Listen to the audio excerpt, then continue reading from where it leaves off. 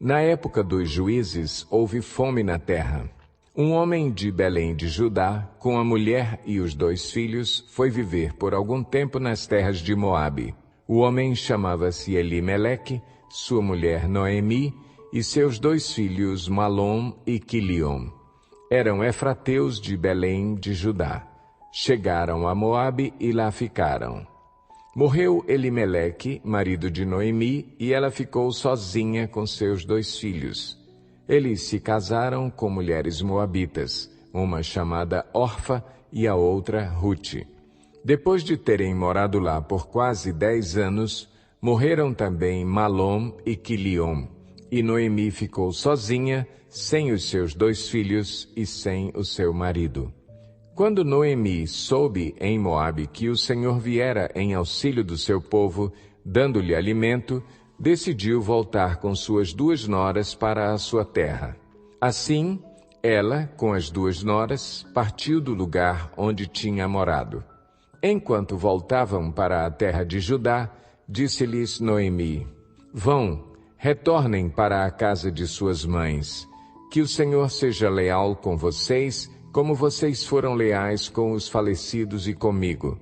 O Senhor conceda que cada uma de vocês encontre segurança no lar do outro marido. Então deu-lhes beijos de despedida, mas elas começaram a chorar alto e lhe disseram: Não, voltaremos com você para junto de seu povo. Disse, porém, Noemi: Voltem, minhas filhas, porque viriam comigo? Poderia eu ainda ter filhos que viessem a ser seus maridos? Voltem, minhas filhas, vão, estou velha demais para ter outro marido, e mesmo que eu pensasse que ainda há esperança para mim, ainda que eu me casasse esta noite e depois desse à luz filhos, iriam vocês esperar até que eles crescessem? Ficariam sem se casar à espera deles? De jeito nenhum, minhas filhas. Para mim é mais amargo do que para vocês, pois a mão do Senhor voltou-se contra mim. Elas, então, começaram a chorar alto de novo. Depois Orfa deu um beijo de despedida em sua sogra, mas Rute ficou com ela. Então Noemi a aconselhou: Veja, sua concunhada está voltando para o seu povo e para o seu Deus. Volte com ela. Rute, porém, respondeu: Não insistas comigo que te deixe e que não mais te acompanhe. Aonde fores, irei. Onde ficares, ficarei. O teu povo será o meu povo e o teu Deus será o meu Deus. Onde morreres, morrerei, e ali serei sepultada. Que o Senhor me castigue com todo rigor, se outra coisa que não a morte me separar de ti. Quando Noemi viu que Rute estava de fato decidida a acompanhá-la, não insistiu mais. Prosseguiram, pois, as 2 até Belém. Ali chegando, todo o povoado ficou alvoroçado por causa delas. Será que é Noemi? Perguntavam as mulheres. Mas ela respondeu: Não me chamem Noemi, melhor que me chamem de Mara, pois o Todo-Poderoso tornou a minha vida muito amarga. De mãos cheias eu parti, mas de mãos vazias o Senhor me trouxe de volta. Por que me chamam Noemi? O Senhor colocou-se contra mim, o Todo-Poderoso me trouxe desgraça. Foi assim que Noemi voltou das terras de Moabe com sua nora Rute, a Moabita.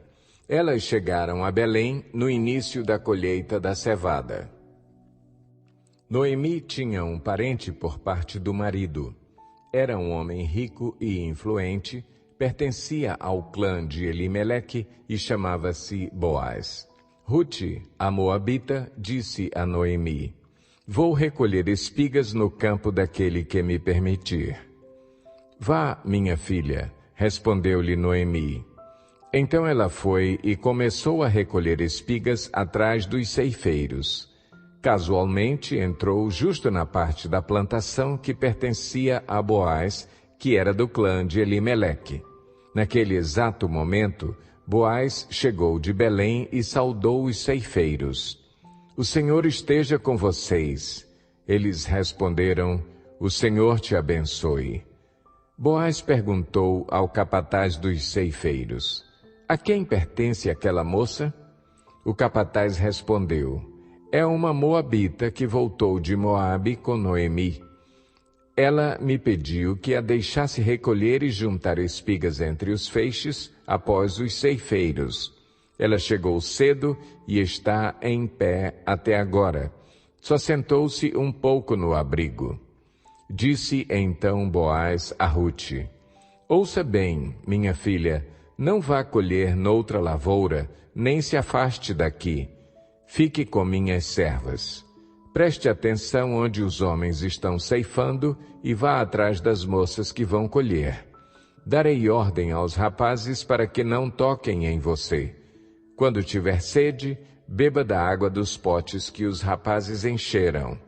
Ela inclinou-se e, prostrada, rosto em terra, exclamou: por que achei favor a seus olhos, a ponto de o Senhor se importar comigo, uma estrangeira? Boaz respondeu: contaram-me tudo o que você tem feito por sua sogra, depois que você perdeu o seu marido, como deixou seu pai, sua mãe e sua terra natal para viver com um povo que você não conhecia bem. O Senhor lhe retribua o que você tem feito, que seja ricamente recompensada pelo Senhor, o Deus de Israel, sob cujas asas você veio buscar refúgio. E disse ela: continue eu a ser bem acolhida, meu Senhor. O Senhor me deu ânimo e encorajou sua serva, e eu sequer sou uma de suas servas. Na hora da refeição, Boaz lhe disse: venha cá, pegue um pedaço de pão e molhe-o no vinagre. Quando ela se sentou junto aos ceifeiros, Boaz lhe ofereceu grãos tostados. Ela comeu até ficar satisfeita e ainda sobrou. Quando ela se levantou para recolher espigas, Boaz deu estas ordens a seus servos: mesmo que ela recolha entre os feixes, não a repreendam. Ao contrário, quando estiverem colhendo, tirem para ela algumas espigas dos feixes e deixem-nas cair para que ela as recolha e não a impeçam. E assim Rute colheu na lavoura até o entardecer. Depois debulhou o que tinha ajuntado, quase uma arroba de cevada. Carregou-a para o povoado e sua sogra viu quanto Rute havia recolhido quando ela lhe ofereceu o que havia sobrado da refeição. A sogra lhe perguntou: onde você colheu hoje? Onde trabalhou? Bendito seja aquele que se importou com você. Então Rute contou à sogra com quem tinha trabalhado. O nome do homem com quem trabalhei hoje é Boaz. E Noemi exclamou: seja ele abençoado pelo Senhor, que não deixa de ser leal e bondoso com os vivos e com os mortos. E acrescentou: aquele homem é nosso parente, é um de nossos resgatadores. E Rute, a moabita, continuou: pois ele mesmo me disse também: fique com os meus ceifeiros até que terminem toda a minha colheita. Então Noemi aconselhou a sua nora Rute: é melhor mesmo você ir com as servas dele, minha filha. Noutra lavoura poderiam molestá-la. Assim Rute ficou com as servas de Boaz para recolher espigas até acabarem as colheitas de cevada e de trigo, e continuou morando com a sua sogra. Certo dia, Noemi, sua sogra, lhe disse: minha filha, tenho que procurar um lar seguro para a sua felicidade. Boaz, senhor das servas com quem você esteve, é nosso parente próximo. Esta noite ele estará limpando cevada na eira. Lave-se, perfume-se, vista sua melhor roupa e desça para a eira. Mas não deixe que ele perceba você até que tenha comido e bebido. Quando ele for dormir, note bem o lugar em que ele se deitar. Então vá, descubra os pés dele e deite-se. Ele lhe dirá o que fazer. Respondeu Rute: Farei tudo o que você está me dizendo. Então ela desceu para a eira e fez tudo o que a sua sogra lhe tinha recomendado. Quando Boaz terminou de comer e beber, ficou alegre e foi deitar-se perto do monte de grãos. Rute aproximou-se sem ser notada, descobriu os pés dele e deitou-se. No meio da noite, o homem acordou de repente. Ele se virou e assustou-se ao ver uma mulher deitada a seus pés. "Quem é você?" perguntou ele. "Sou sua serva, Rute", disse ela.